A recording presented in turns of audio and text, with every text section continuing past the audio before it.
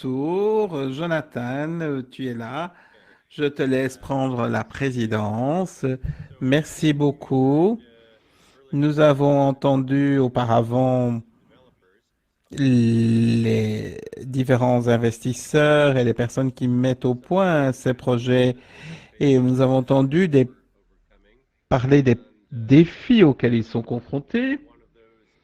Et un de ceux-ci est de savoir comment on peut gérer la question des CSP par rapport au coût, par rapport au stockage, par rapport aux différentes questions des batteries pour stocker l'énergie. Et nous avons un panel ici qui va nous parler de cette intégration et des complémentarités à ce niveau. Voilà. Le micro, s'il vous plaît. Merci beaucoup à tout le monde. Je suis très heureux de revenir à la question du solaire et de toutes les questions des stockages au niveau des batteries, et des options, et ceci par rapport aux questions. Et j'aimerais demander à nos différents conférenciers, panélistes, de Christina Prieto, c'est à vous l'honneur de commencer pour cette présentation. Merci beaucoup pour l'opportunité qui m'est offerte de faire partie de ce panel dans cette conférence. Presentation. Okay. Can you see it? Yes, we can see it. Can you make that into large screen, Yes, please? it was. Perfect. You're Okay. Well, my name is Cristina Prieto. I am the head of innovation in Abengoa Energia. I have worked in the energy sector for more than 20 years, where the last 15 years I have been. Donc, depuis 16 ans, je suis ici dans les technologies CSP avec Abengoa. Donc, également, je pense que les sujets que je vais parler, mais je voudrais expliquer. Je voudrais parler donc dans plus de 20 ans et 15 ans dans les énergies renouvelables. Et dans notre portefeuille, nous avons toute une série de questions. Vous voyez les photovoltaïques, les CSP, les éoliennes, les batteries, l'hydroélectrique. Et ce que nous avons fait, comment est-ce que nous ajustons les choses par rapport à ces questions? Nous avons donc la solution par rapport à ce niveau et par rapport aux technologies renouvelables, par rapport aux bénéfices et aux avantages des technologies qui ont été présentées par rapport au niveau local, par rapport au CSP. Nous avons vu les performances et l'indépendance pour les réseaux isolés et comment ces problèmes peuvent être résolus grâce à un système hybride pour les centrales et sans interrompre la production ainsi. Et générer ces différentes questions par rapport aux clients. On a essayé de faire du sur-mesure par rapport à ces questions.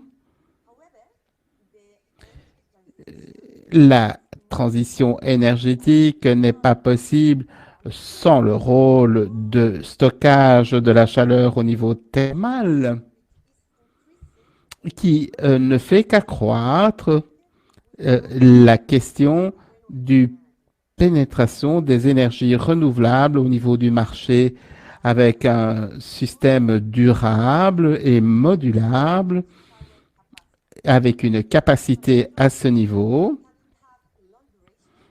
On peut avoir donc des questions au niveau durable avec un coût qui est efficace à ce niveau par rapport au potentiel et à l'implantation massive et qui vous donne un avantage extrêmement important, c'est la question de l'énergie solaire. En fait, c'est quelque chose sur lequel nous travaillons par rapport à la chaleur, par rapport à la puissance. Donc, avec la CSP, nous avons la possibilité de stocker, donc par rapport aux stations anciennes, les PV, et nous voyons que la CSP peut couvrir, dirons-nous, la demande par rapport au système en fait PV qui, eux, ne couvrent pas la demande de nuit. Et nous pouvons ainsi arriver à avoir une nouvelle vie pour nos centrales. Et ceci est une question critique parce que les objectifs que nous avons par rapport à cette empreinte carbone en Europe est de 296 centrales et de plus de 33 000 employés. Et les coûts par rapport à la désactivation de ces centrales sont énormes. Il y a la question d'intégration et par rapport à tout ce qui existe pour l'instant, il faut atteindre l'objectif de la réduction des émissions carbone et voir comment nous allons travailler à ce niveau. Voilà ce que nous faisons. Nous offrons des solutions importantes par rapport aux leaders, par rapport au secteur des CSP. Et nous avons plus de 2100 mégawatts de production dans notre portefeuille par rapport à ces systèmes. Et nous avons plus de 6000 tonnes de sel fondu. De plus, nous avons des innovations continues par rapport aux différentes composantes, par rapport au PV, par rapport au CSP, par rapport aux plateformes, pour valider où nous appliquons les nouvelles stratégies et la fiabilité par rapport au CSP. Et puis, nous avons le calibrage de ces centrales par rapport à ces solutions de haut risque pour pouvoir gérer des produits assez performants. Voici le produit.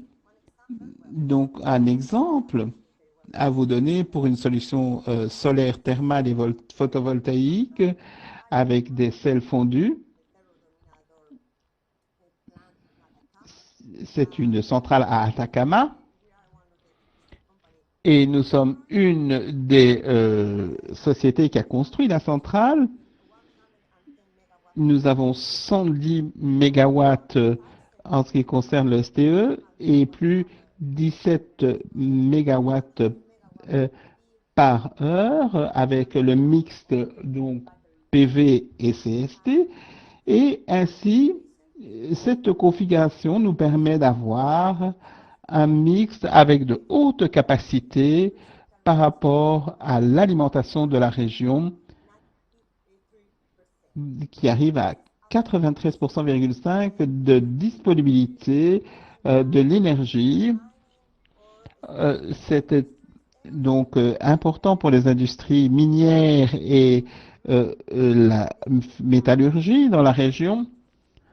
Et nous pouvons fournir de l'électricité pour des températures extrêmement élevées. Nous avons aussi un produit à Wad El Shamal en Arabie solaire, donc en Arabie Saoudite. Et c'est le futur de cette solution, c'est la combinaison des cycles avec ces centrales solaires qui sont importantes.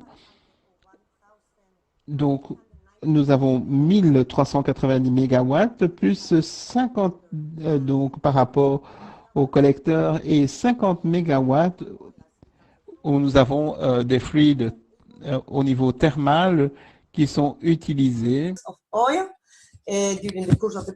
de 4 millions de barils utilisés. Et nous avons aussi la question des raffineries. Et par rapport à la demande, il y a la question de la chaleur à ce niveau.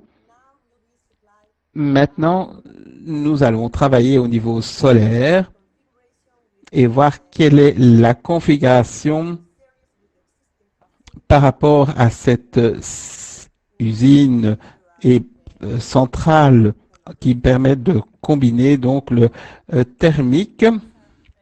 Et puis aussi un des grands défis que nous avons, c'est la décarbonisation de l'économie en Australie avec une centrale au charbon.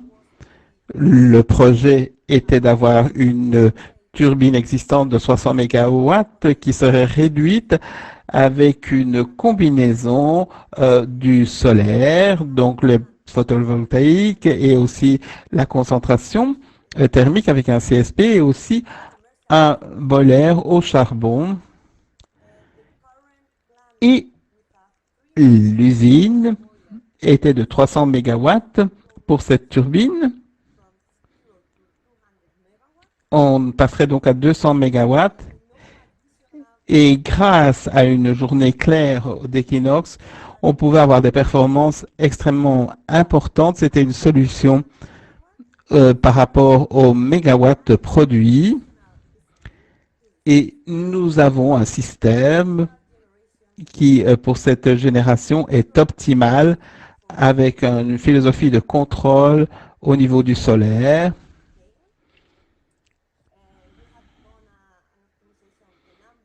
Nous avons fait une optimisation au niveau des différentes questions, des possibilités et l'optimisation des capacités en considérant donc les investissements au niveau des coûts du capital et en considérant aussi les prix pratiqués et aussi en considérant aussi l'ensoleillement journalier et quotidien. Et nous sommes en mesure d'arriver à une production de 50% par le solaire lors d'une journée qui est claire.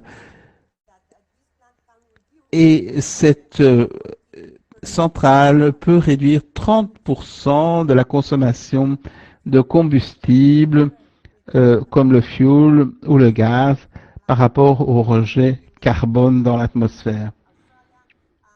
Et ceci est important pour l'Australie et nous avons un autre projet que nous avons mis sur pied où nous avons une réduction de 47%, de très bons résultats à ce niveau.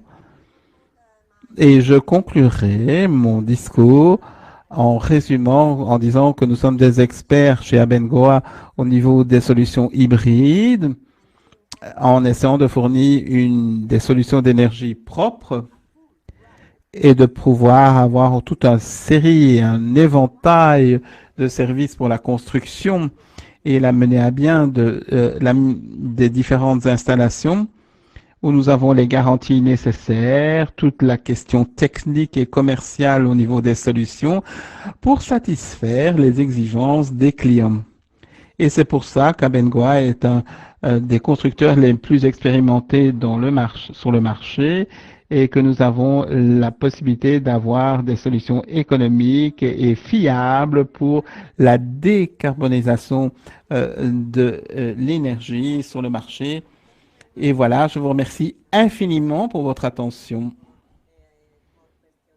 Je suis prête à répondre à vos questions. Lorsque nous aurons fini, c'était une présentation excellente. Et maintenant, on va passer la parole à Michael Geyer. On a déjà reçu des questions en ligne par rapport à ces différents problèmes.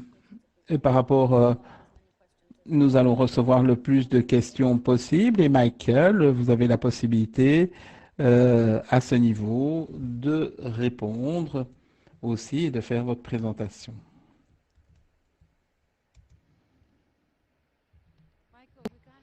Michael, on ne vous entend pas. Est-ce que vous pouvez brancher votre micro, s'il vous plaît? Merci. Voilà, on vous entend bien.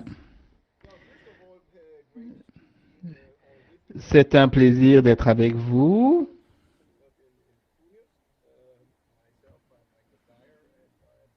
Je m'appelle Michael Dyer, donc je suis un des dinosaures dans l'ère du CSP. Et aujourd'hui, je suis un conseiller au niveau des différents âges, comme vous voyez, l'âge de la pierre à l'âge du stockage, en passant par l'âge du bronze, l'âge du fer et l'âge du charbon. Et j'ai eu le privilège d'être au départ, en ce qui concerne ces techniques de stockage, d'être un des pionniers en la matière.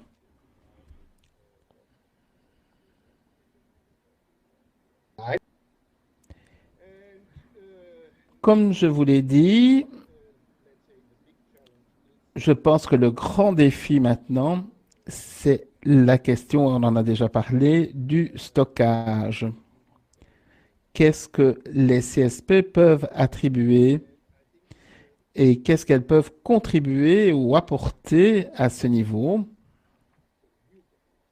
par rapport aux énergies renouvelables, par rapport aux héliostats, par rapport aux tours et dans les zones ensoleillées, comme la ceinture ensoleillée que nous connaissons, au Chili ou en Espagne ou au Maroc, où il y a des zones ou en Allemagne, ce sont des solutions qui sont quand même très, très chères par rapport à l'enseignement disponible. Par rapport aux renouvelables, mais cela nous permettra donc de laisser de côté le charbon et d'avoir des renouvelables d'ici 20 à 30 ans. Donc, on pourra travailler avec les anciennes centrales nucléaires, les anciennes centrales au charbon, et qui nous permettront de stocker les sels fondus. Et nous avons entendu qu'elles ont eu des initiatives de stockage et qu'elles ont des batteries disponibles. La question que nous nous posons, comment allons-nous le faire? Quelle sera la synchronicité à ce niveau?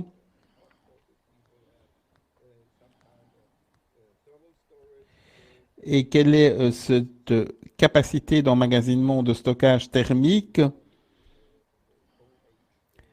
qui nous permettent donc de passer de l'âge du charbon à l'âge du renouvelable?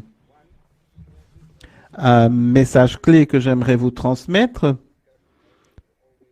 c'est une discussion que j'ai toujours eue à ce niveau dans les pays où il y a un grand ensoleillement, comme les pays de la ceinture ensoleillée,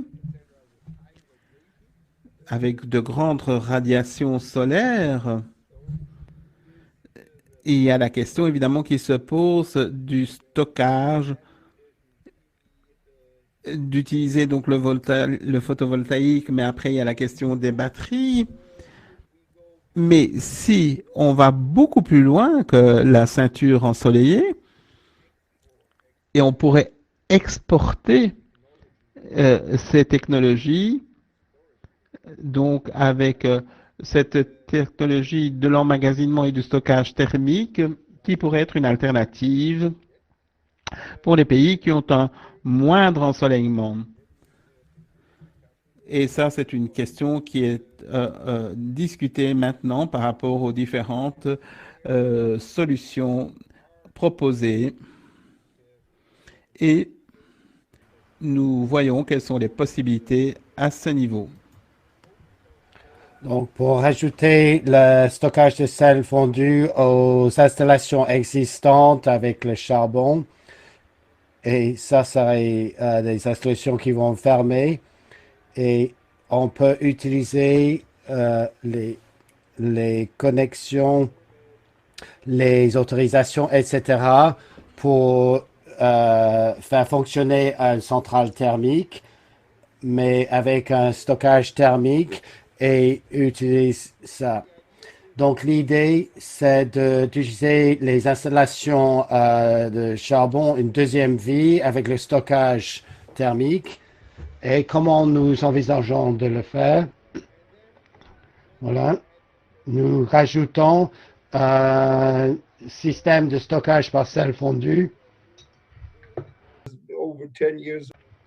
ce que nous avons utilisé de façon commerciale.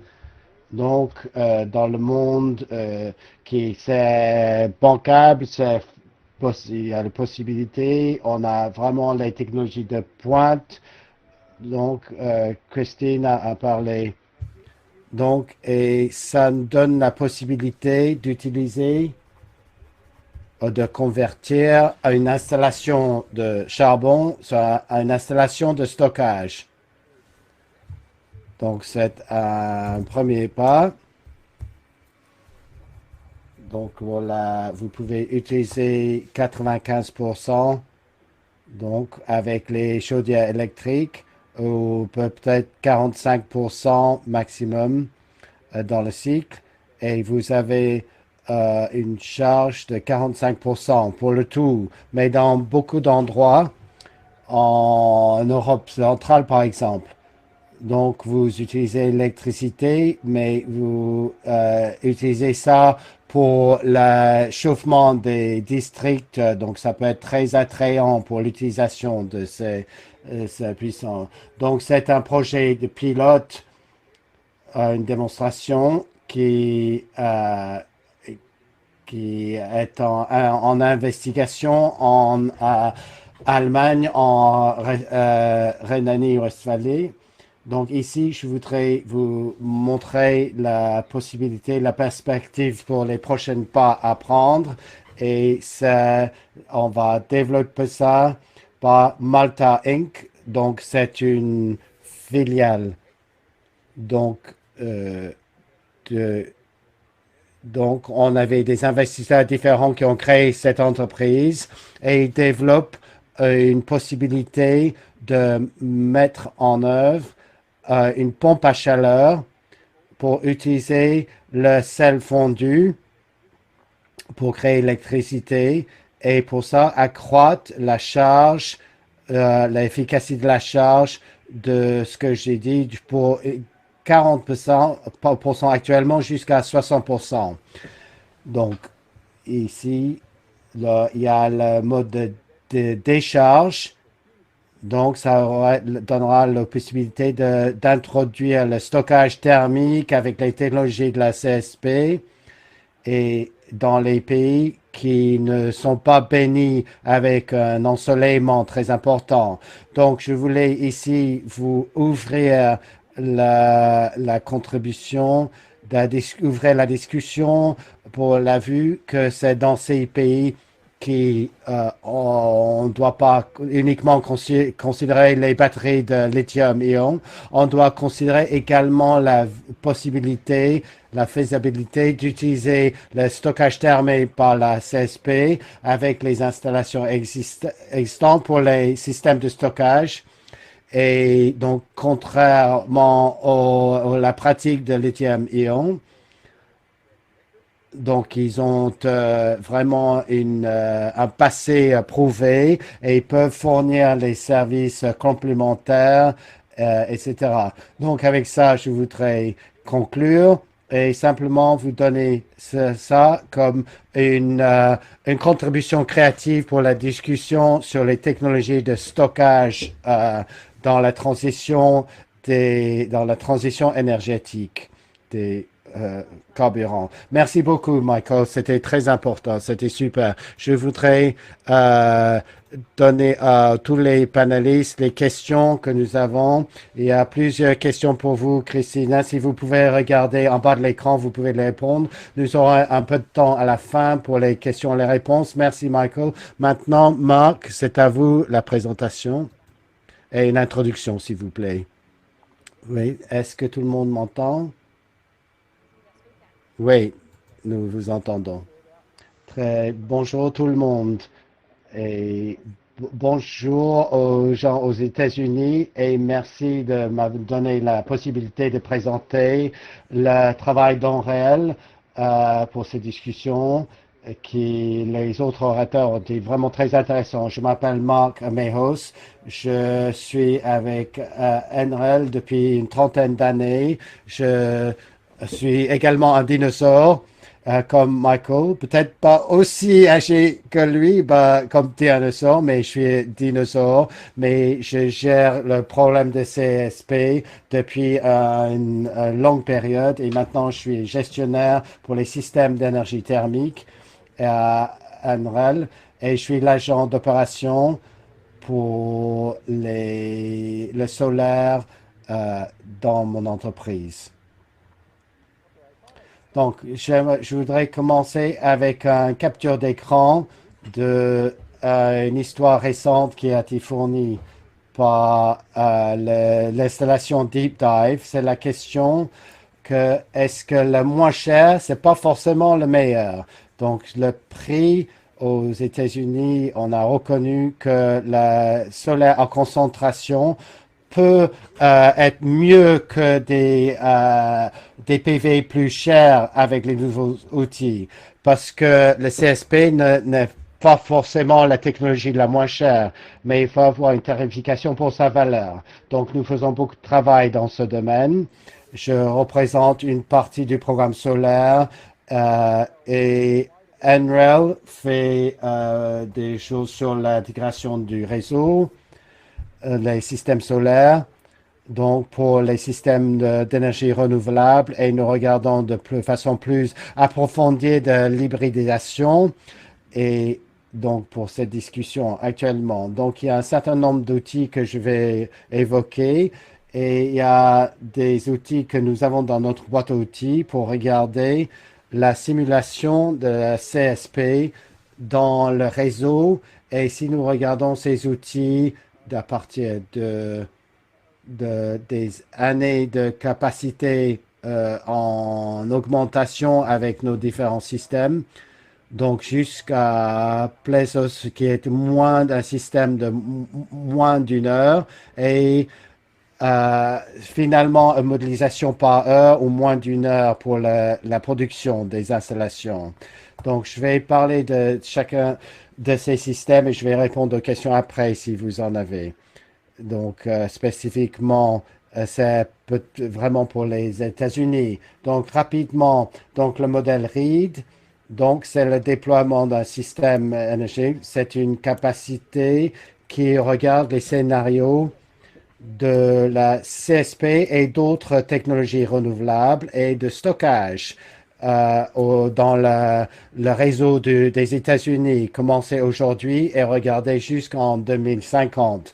Et l'élément important, c'est que on voit le mix de façon régionale. C'est pas regarder les technologies à plus bas prix, mais regarder les technologies au niveau du système. Donc, c'est extrêmement important.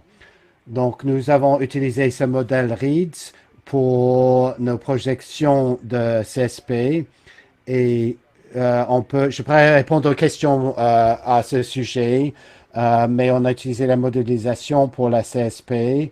Donc, c'est une technologie pas uniquement, donc c'est un mélange de scénarios différents, de déploiement d'aujourd'hui jusqu'à 2050. Et selon le scénario qu'on considère, avec les prix de gaz naturel bas ou plus élevés, le coût des batteries, chacun de ces scénarios, on aura une projection différente sur les coûts de CSP dans cet intervalle. Donc, on peut aller en arrière d'un pas, les productions de coûts, la modélisation pour heure ou moins d'une heure pour les opérations et au niveau régional, pas uniquement pour tous les pays des États-Unis, à l'ouest ou le Texas, ou même pour aller en plus granulaire. On peut optimiser les résultats par heure ou moins d'une heure. Donc, l'optimisation pour le dispatch, la génération, et y compris avec la CSP, on peut regarder les caractéristiques spécifiques des opérateurs différents. Et également, nous voyons que ce type de modélisation a la place dans d'autres modèles et c'est utilisé de plus en plus pour des opérations en temps réel. Donc, nous avons utilisé cette modélisation pour CSP. C'est une étude que nous avons faite en 2014 pour spécifiquement regarder pour la Californie.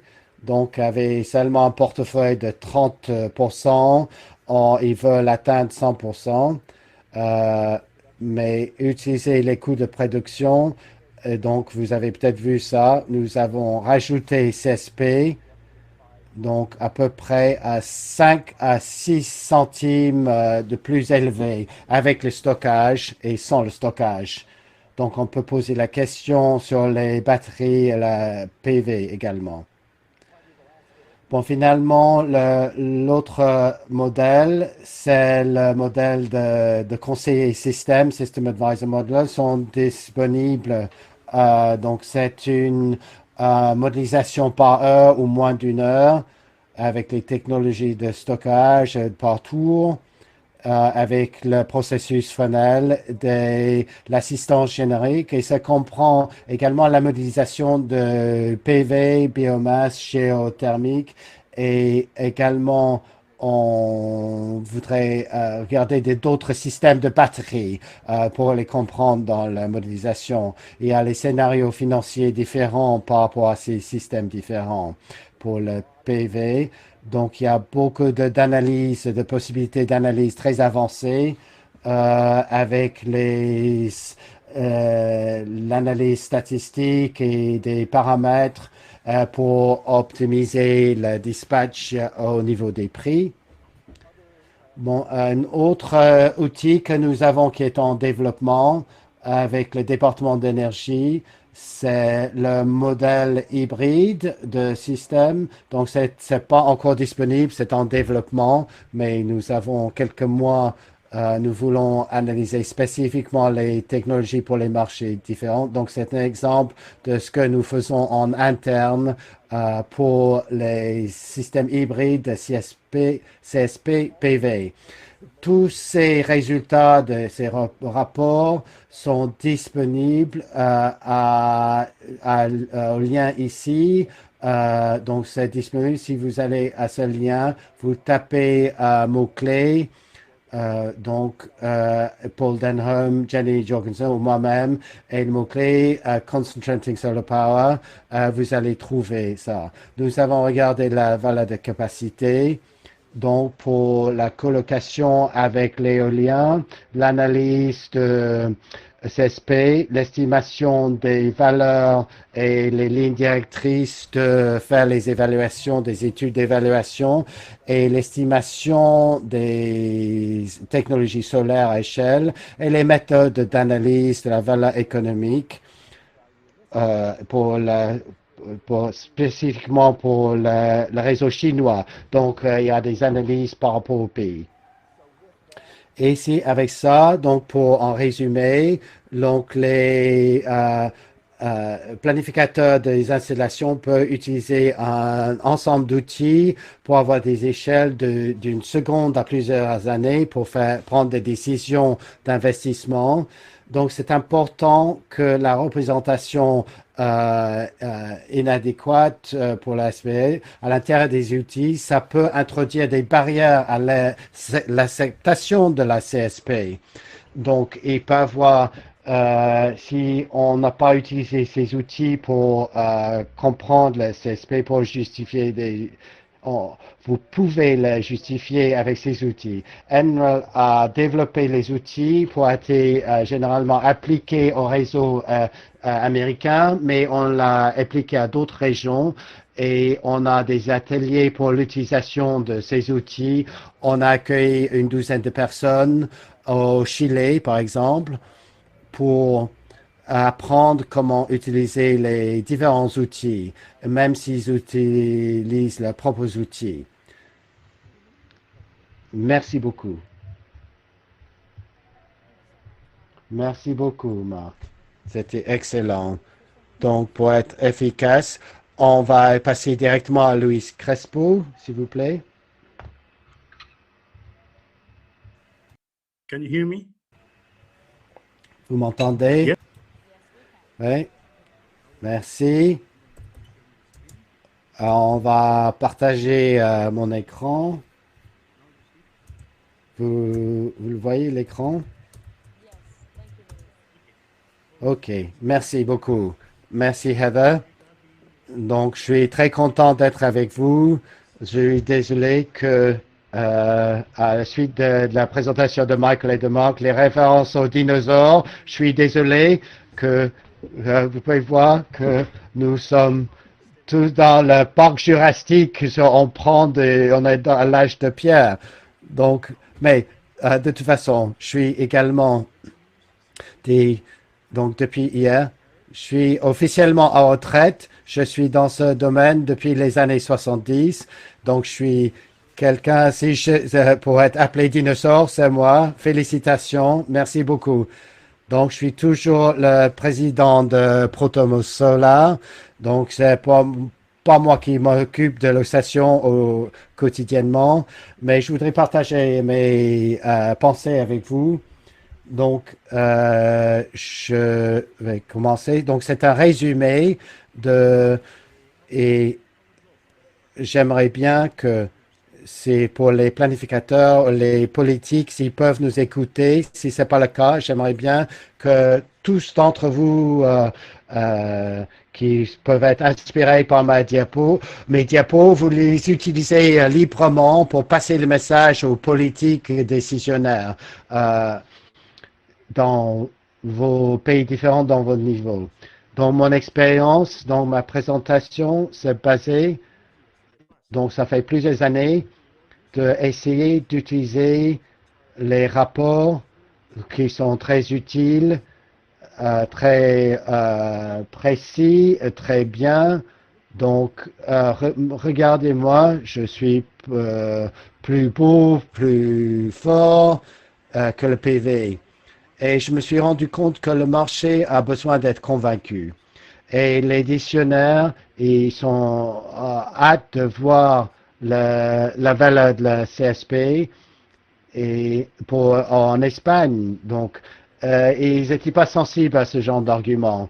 Mais ce qui se passe, on nous a dit que donc nous offrons Specific demand for specific.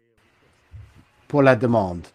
Et je pense que c'est la focalisation de ma présentation de convaincre tout le monde que nous, de pair à pair, c'est pas suffisant. Il faut comparer quelque chose des meilleurs prix avec les autres possibilités. Et c'est pour cela que je pense que nous pouvons approcher le marché. Vous avez besoin de la CSP parce que c'est le meilleur marché. Et je pense qu'en regardant cette diapo, ce tableau, vous vous rendu compte que nous avons ici en Espagne environ 20 installations de cette taille où nous pouvons stocker 1,2 gigawatts par heure d'électricité dans ce réservoir de stockage. Est-ce que vous pouvez deviner coûtera un système de batterie de même capacité, donc que cette installation qui existe déjà pour stocker l'énergie quand c'est demandé. Donc c'est pour cela que j'ai le titre de mes passions. Donc c'est le double rôle des usines CSP sur les futurs systèmes parce que nous pouvons offrir le rôle primaire, c'est d'être complémentaire ou de remplacer le PV. Et après le coucher du soleil, tous les jours, pour remplacer l'éolien. Ça peut être beaucoup moins cher pendant la nuit, mais la nuit ne peut pas remplacer la production. L'éolien, ça peut continuer la nuit, mais qui peut remplacer le PV et le moyen marché, c'est CSP. Donc, le rôle primaire. Deuxième rôle, on peut fournir les systèmes de stockage et qui peuvent être nécessaires, essentiellement parce qu'on attend un déploiement assez important. Avec nos réservoirs, nous pouvons fournir en même temps un bon profil à un bon prix pour une fenêtre de temps spécifique. Nous pouvons offrir des services de stockage beaucoup moins chers que les autres. Est-ce que nous voyons que les réservoirs appartiennent aux installations CSP? Nous pouvons valoriser l'appréciation des installations CSP parce que nous pouvons proposer ce que je disais, deux pour le prix d'un seul. Achetez l'un et vous avez l'autre gratuitement. Vous pouvez acheter une l'installation, mais nous avons gratuitement, presque gratuitement, une autre facilité de stockage. Donc, le rôle principal des installations de stockage, OK, nous avons beaucoup d'hélium et de PV, mais il n'y a pas de batterie installée qui peut fournir le rôle de fourniture après le coucher du soleil. Et la partie manquante, c'est de coupler le solaire de collecte et de livraison et dispatch. Nous pouvons avoir un approvisionnement absolument ferme, sans déviation, du coucher au lever du soleil le lendemain. Et en même temps, donc c'est l'argument le plus fort, nous sommes ici le moins cher pour remplacer la production après le coucher du soleil. Ce que nous avons besoin, nous voulons une génération libre pour l'électrification. Et c'est le cas qu'il n'y a pas d'autre soutien. Et si c'est le cas dans d'autres pays, nous pouvons fournir. Maintenant, le deuxième rôle, ça va être très important, c'est comment nous pouvons fournir avec les mêmes installations le profil de dispatch par nuit pour le système. Donc, en essayant d'aider le système a besoin d'électricité le plus en Espagne et je pense que d'autres pays.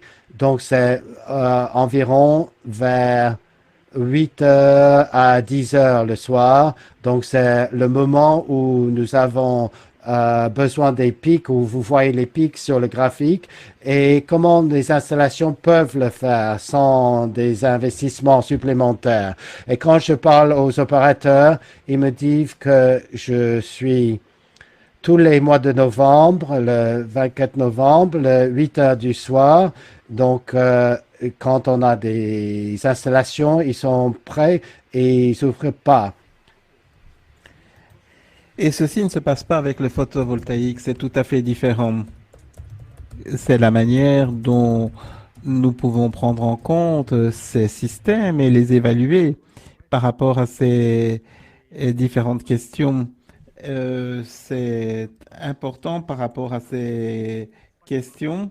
Nous avons 5 ou 6 centrales qui ont la capacité par rapport à ces différentes données et donc avec des capacités de storage dans des différents, dirons-nous, réservoirs chauds, que l'on soit dans un moment où il y a de la chaleur ou pas, on n'a pas d'investissement additionnel, mais on peut ainsi avoir l'énergie qui est stockée et qui est ainsi importante pour fournir l'électricité lorsque le système en a besoin et lorsque le réseau en a besoin. C'est très important. Cela peut être offert aux opérateurs du système. C'est quelque chose en Espagne ou n'importe où dans le monde. Ceci sont des choses très importantes. Mais j'aimerais revenir à des comparaisons aussi, à des alternatives possibles. Si vous voyez ce que je vous ai déjà montré, ce réservoir de 1 gigawatt, cette capacité qui coûtera 400 millions de dollars. Et cette usine centrale fonctionne déjà en Espagne, mais si l'on compare cela à ce qui a été dit par Michael, et si vous voyez quelles sont les capacités d'emmagasinement et de stockage par rapport au réseau, elles sont 10 fois plus grandes qu'auparavant grâce aux batteries, au lithium et aux ions. Et lorsque vous parlez des capacités pour ces nouvelles batteries qui s'appellent donc lithium-ion, nous avons la capacité d'avoir 10 fois plus qu'auparavant d'emmagasinement et cela nous permet des performances au niveau des centrales qui sont très importantes. Et si je continue avec la comparaison par rapport à ces emmagasinements ou stockages que l'on dans les sels fondus et qui sont connectés à des batteries, puisqu'on voit aussi donc tout ce qui se passe par rapport à ces prix de 350 dollars par kilowattheure. Et c'est toujours une question qui se pose et peut-être que dans quelques années, il y aura la possibilité de faire baisser les prix. Mais je crois que nous pouvons offrir avec ces systèmes la possibilité d'ajouter des chaudières ou des systèmes de réchauffement avec un arbitrage du prix journalier qui permettrait de les baisser au niveau des stations de pompage de chaleur avec ces différentes pompes hydrauliques et ainsi on fournirait pendant la nuit l'énergie nécessaire.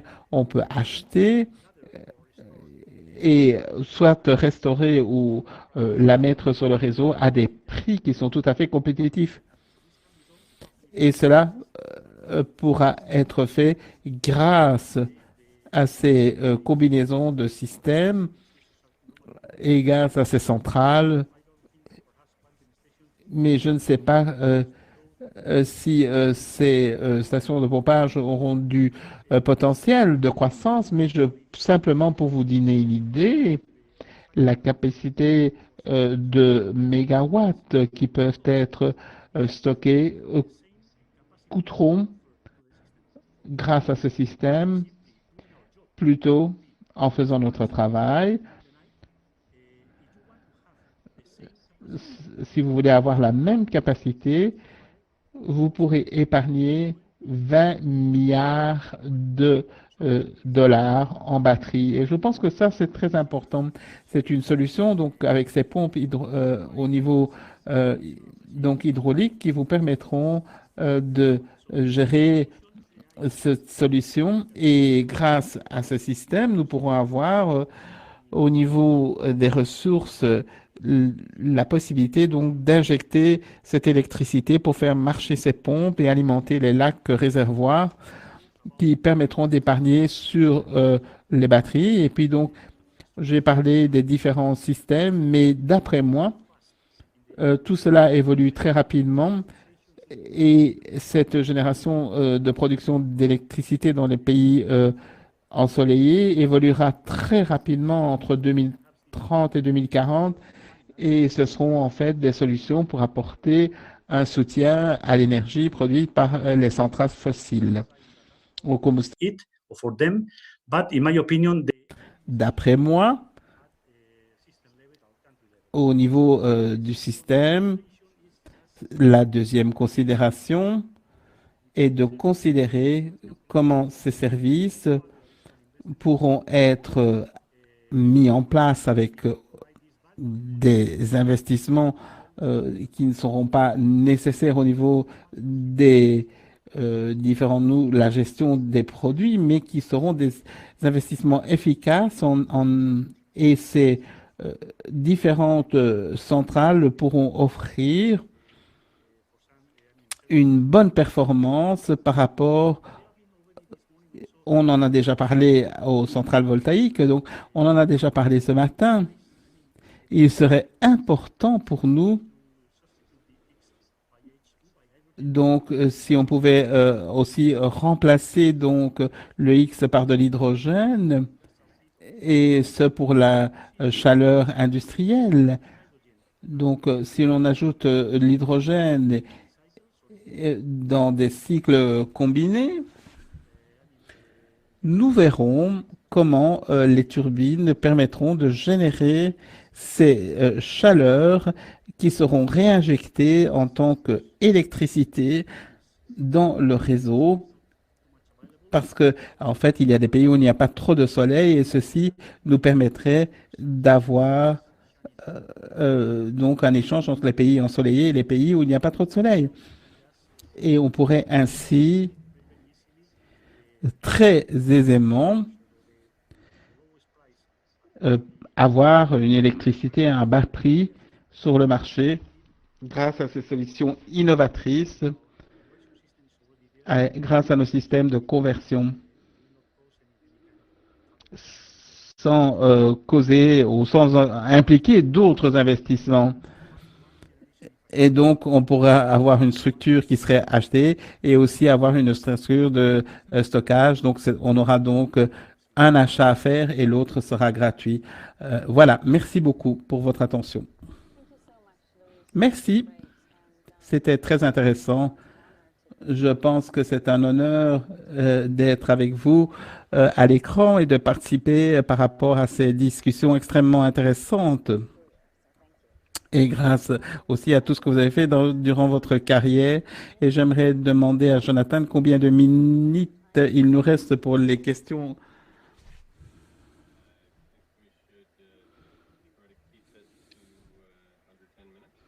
Je pense que nous devons avoir à peu près 10 minutes disponibles. J'ai quelques questions. La première qui est arrivée pour Christina. Et Christina, vous avez reçu beaucoup de personnes qui ont aimé votre présentation. Si vous pouvez nous donner des idées au niveau donc des coûts d'opération et des coûts d'investissement, les CAPEX et les OPEX. Je ne sais pas si Christine est là. Christina, est-ce qu'elle est là? Elle n'a plus l'air d'être là, en fait. Elle n'a plus l'air d'être en ligne. Oui, oui, je suis là. C'est quelque chose qui est très difficile. Ces chiffres, une fois de plus, dépendent des projets, quand ils ont commencé, qu'est-ce qui a été investi. En ce qui concerne donc les partenariats publics et privés, et en ce qui concerne les politiques, et il n'est pas possible de trouver une valeur évidemment définie. Cela dépend des contextes. Oui, je crois qu'effectivement, c'est une réponse qui n'est pas facile à donner. J'ai posé la question parce que c'est quelque chose qui intéresse les personnes dans le public. Et donc, l'autre question c'est pour Michael Geiger. Merci pour votre intervention. Merci John aussi. Michael, d'ici à 5 ans, est-ce que vous pensez que les conversions des centrales sont assez répandues ou quelles sont vos prédictions à ce niveau par rapport il y a un mois avec toute cette pandémie du corona?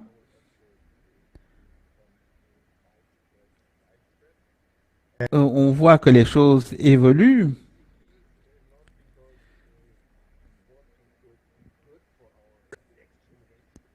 Pas nécessairement parce que on veut le bien pour nos générations futures, mais parce que le renouvelable est bien meilleur marché quand on voit ce qui se passe au Chili. Par rapport à ces différentes questions, depuis le mois d'avril dernier, on a eu en fait une centrale de 75 mégawatts qui a été fermée, une centrale au charbon, et qui a été remplacée par des énergies renouvelables. Et à partir de ce moment-là, vous voyez qu'il y a une concurrence et des coûts et une compétitivité par rapport à l'Espagne. On ferme aussi des centrales. La même chose se passe en Grèce. et en Corée, et je pense que les choses vont évoluer. Je pense que dans ce temps de transition, en utilisant les investissements par rapport à ce qui était fait dans les centrales au charbon, la conversion va se propager. Je pense que c'est une très bonne option qui est à notre portée. Merci beaucoup, Michael. Marc, la question suivante est pour vous. Vous pouvez peut-être avoir répondu à cette question en ligne. Quelqu'un m'a demandé comment on allait remplacer ces questions par rapport aux hybrides. Est-ce que vous allez parler de ces questions? Vous n'avez pas. Nous aimerions donc vous poser cette question parce que par rapport aux hybrides et par rapport à ce que les États-Unis vont faire. Donc, il y a 3 réseaux régionaux aux États-Unis et donc les États-Unis sont très régionaux et chaque État a différentes politiques. Les États de l'Ouest sont assez sérieux parce qu'ils veulent aller vers une énergie verte et de fermer les centrales au charbon. Et c'est un chemin, à mon avis, qui est tout à fait viable. Et puis, on veut remplacer les centrales au charbon par des CSP. Ça, c'est une autre question. Il faut voir aussi l'expansion du réseau et voir comment cela peut être un acteur important par rapport à ces questions et ces objectifs de coût qui ont été mentionnés. Ceci est important. Et j'en ai déjà parlé dans la réponse à la question. Il faut voir donc les coûts initiaux de départ de l'entrée dans le réseau. Si le CSP peut arriver, et la production par CSP peut arriver à ces coûts par kilowattheure, je crois que nous allons avoir une évolution à ce niveau-là, ça c'est tout à fait certain. Merci beaucoup.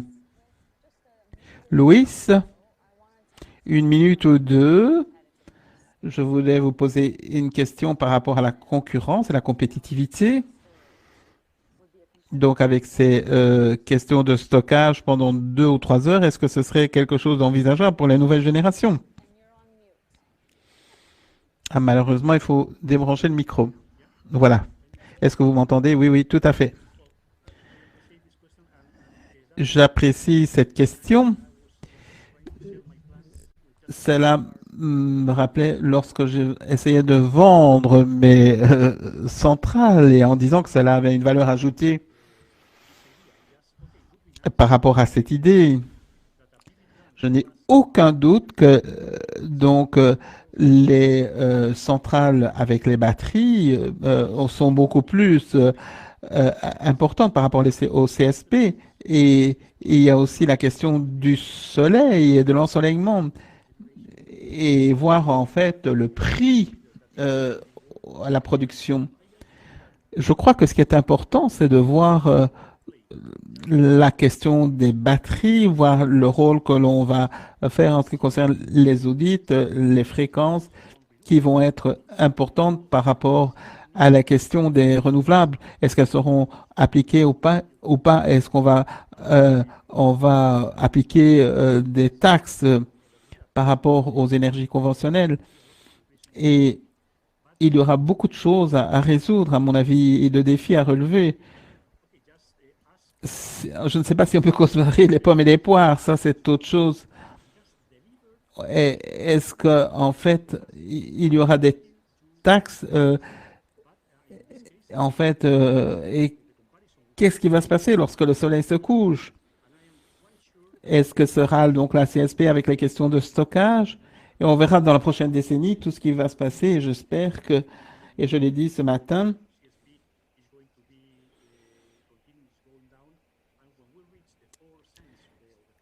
et lorsque nous parlons de ces questions, nous devons voir comment nous allons gérer donc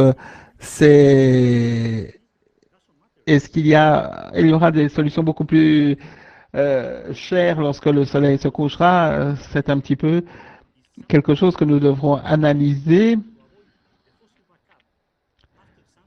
et il faudra voir comment on pourra avoir, dirons-nous, l'appui des énergies fossiles après le soleil, lorsque le soleil se couche. Mais je suis tout à fait sûr que le CSP sera le système vainqueur à terme à cause du développement et déploiement des projets.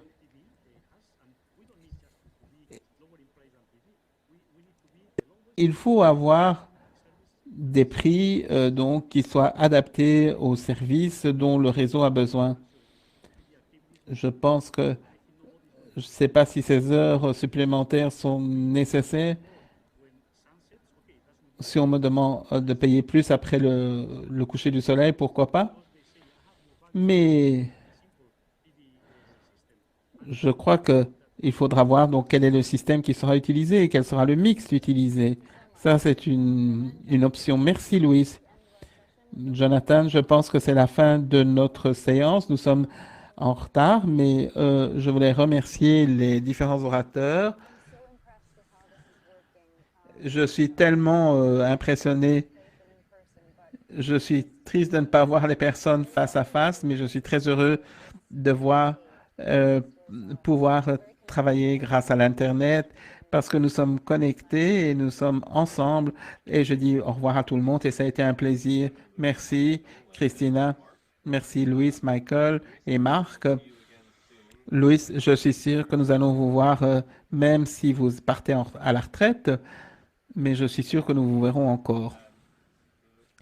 Très bien. On va revenir aux pays avec lesquels nous avons démarré la journée, la Jordanie, le Liban, le Maroc, la Tunisie. Je pense que nous allons avoir une petite pause et puis nous allons recommencer. Oui, nous allons prendre 5 minutes de pause et prenez un thé et nous aurons la dernière séance aujourd'hui. Et n'oubliez pas que demain, nous aurons 2 séances en parallèle. Donc, nous aurons des ateliers avec des sujets qui seront approfondis et ce sont des présentations plus longues. Et je pense qu'elles seront sur votre calendrier. Merci beaucoup. Et voilà, nous allons avoir un peu de musique pendant la pause.